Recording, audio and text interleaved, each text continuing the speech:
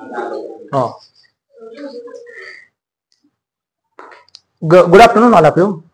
We are here to learn English speaking, and you know that English speaking is very important. And we are living in the age of science and technology, and even though we are very much advanced, and but English speaking or English language is very important. It is said that English language is the window of the world, as Pandit Nehru once said. That if you want to see the world, then you will have to see through the English window, because whatever in the material, whatever in the world it is in English. That's why. But here very simple tricks. There are very simple tricks to learn English. आता मी पहा इंग्रजीमध्ये तुम्हाला लेटच्या वाक्याचा वापर करून कशी इंग्रजीमध्ये वाक्य तयार करायची हा आपण भाग बघू. लेटच्या वाक्याचा वापर कसा करायचा. पण त्यासाठी मी सूत्र दिले. सूत्र तुम्हाला कळण्यासाठी मराठीत दिले. फॉर्म्युला आहे. सूत्र लेट न वाक्य सुरुवात करायची. ऑब्जेक्ट म्हणजे कर्म असते त्या वाक्यातलं. ज्या वाक्यातलं जे काय लेट नंतर वाक्यातलं जे काय कर्म आहे त्याला ऑब्जेक्ट म्हणायचं. त्यानंतर त्या वाक्यातलं वर्ब म्हणजे काय असतं, क्रियापद द्यायचं. आणि त्यानंतर रेस्ट ह्या शब्दाचा अर्थ आहे शिल्लक. त्या वाक्याला जो शिल्लक भाग आहे तो इथं लिहायचा. आणि अशा रीतीने आपण लेटचे वाक्य करू शकतो. किंवा आपण इम्पेरेटिव्ह सेंटेन्स पण म्हणतो. इम्पेरेटिव्ह सेंटेन्स म्हणजे आज्ञार्थक वाक्य. लेटच्या वाक्याचा जो प्रकार आहे तो कशामध्ये येतो तर इम्पेरेटिव्ह सेंटेन्स. इम्पेरेटिव्ह सेंटेन्स मधला हा एक महत्वाचा पार्ट आहे. इम्पेरेटिव्ह सेंटेन्स का म्हणायचं, because imperative sentence gives us order, request, advice, suggestion, treat, etc. An imperative sentence, the specialty of imperative sentence is that imperative sentence always begins with the verb. But there are also some sentences of late. लेटचे पण काय वाक्य असतात इंग्रजीमध्ये की जे लेटच्या वाक्याचा वापर करून आपण वाक्य कसे तयार करायचे तो आपण या ठिकाणी पाठ पाहूया. आता पहा, पहिले एक्झाम्पल मी तुमच्या समोर तुम्हाला कळण्यासाठी देतोय. जसं आता मी एक्झाम्पल म्हटलं, मी लेट मी स्पीक. तर याचा अर्थ काय होतो बघा. Let me speak. Let me speak म्हणजे मला बोलू द्या, म्हणजे मला बोलण्यास परमिशन द्या. म्हणजे you are suppose to give me permission असा अर्थ होतो. लेट मी स्पीकचा अर्थ मला बोलू द्या. लेट मी स्पीक मला बोलू द्या. और लेट हिम गो.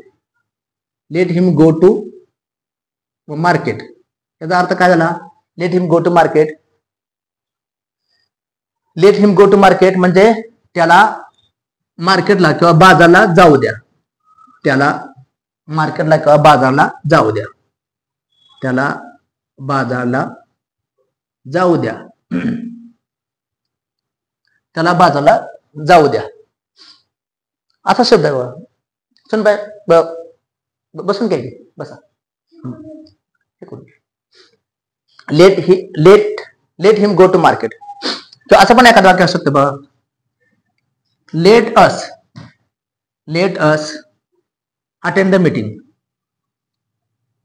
त्याचा अर्थ काय झाला बघा. Let us attend the meeting म्हणजे let us attend the meeting. आपण मीटिंगला जाऊया किंवा आपण मीटिंग अटेंड करूया. आपण मीटिंगला जाऊया. आपण मीटिंगला जाऊया. मीटिंगला जाऊया. आपण मीटिंगला जाऊया. तर अशा रीतीने आपण लेटचे वाक्य वापरून वाक्य असं तयार करू शकतो.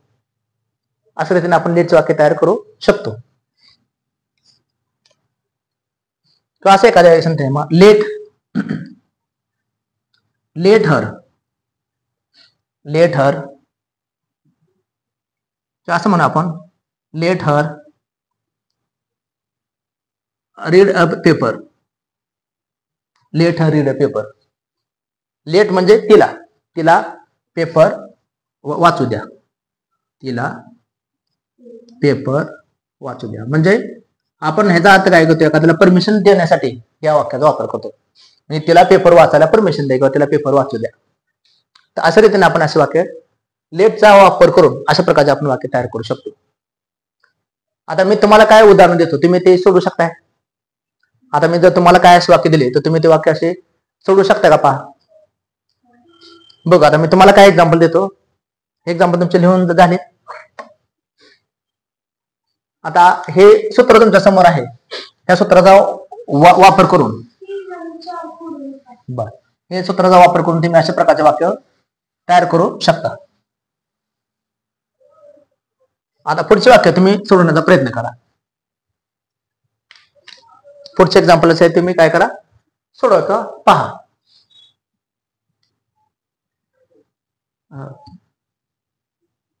मला तिची ओळख करू दे. मला तिची ओळख करू दे.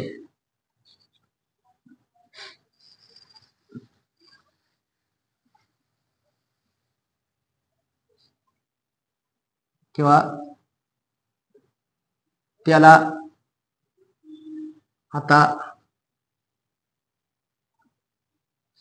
आता घरी जाऊ द्या किंवा जाऊ दे. त्याला आता घरी जाऊ दे किंवा त्याला आता घरी जाऊ द्या.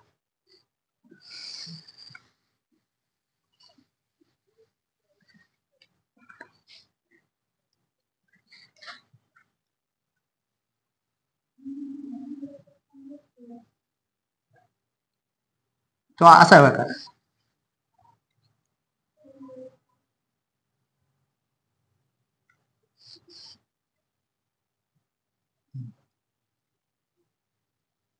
तिला सिनेमाला जाऊ दे किंवा जाऊ द्या. तिला सिनेमाला जाऊ द्या. आता ह्या वाक्याचं आपल्याला उत्तर तयार करायचं बघा. आता ह्यांचं उत्तर आपण तयार करूया आपण. आता मला तिची ओळख करू दे. लेट मी इंट्रोड्यूस हर. कसं होईल? लेट मी इंट्रोड्यूसचा अर्थ काय? इंट्रोड्यूस म्हणजे ओळखून देणे. लेट मी इंट्रोड्यूस हर. मला तिची ओळख करून दे किंवा मला तिची ओळख करून देऊ दे. लेट मी इंट्रोड्यूस हर. त्याला आता घरी जाऊ द्या. त्याला म्हणजे काय होणार? लेट हिम कुठे जाऊ द्या? Go to home. Let him go to home. तिला सिनेमाला जाऊ दे. मग सुरुवात कशाला करायची वाक्याच्या? ह्या लेटने. लेट तिला म्हणजे काय लिहायचं? हर लिहायचं, कारण इथं ऑब्जेक्ट असतं. इथं ऑब्जेक्ट म्हणजे काय? सर्वनामाच्या नेहमी आपण द्वितीय द्यायच्या. हे इकडचं दिसतंय का बघा? समजा सर्वनामात द्वितीय काय असेल बाबा? आयची काय असते? मी असते.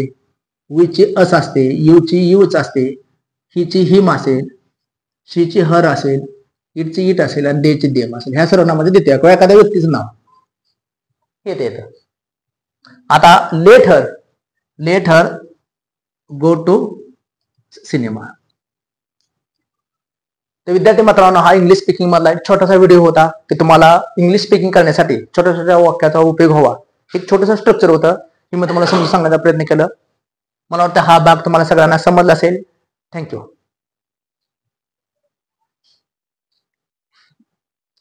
आपण इंग्लिश ग्रामर मध्ये काय घेतो? यूज बिटवीन आणि अमंग ना, काय यूज सिन्स अँड फॉर.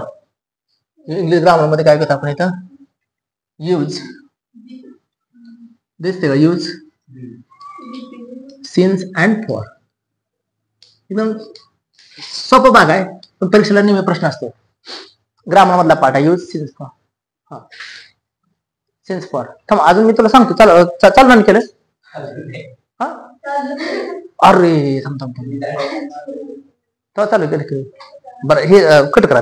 आपला सगळा आवाज आला ना. मी म्हणलं परत आपल्याला चालू करायचं. काय केलं? पॉज केलं का? नाही, पॉज नाही.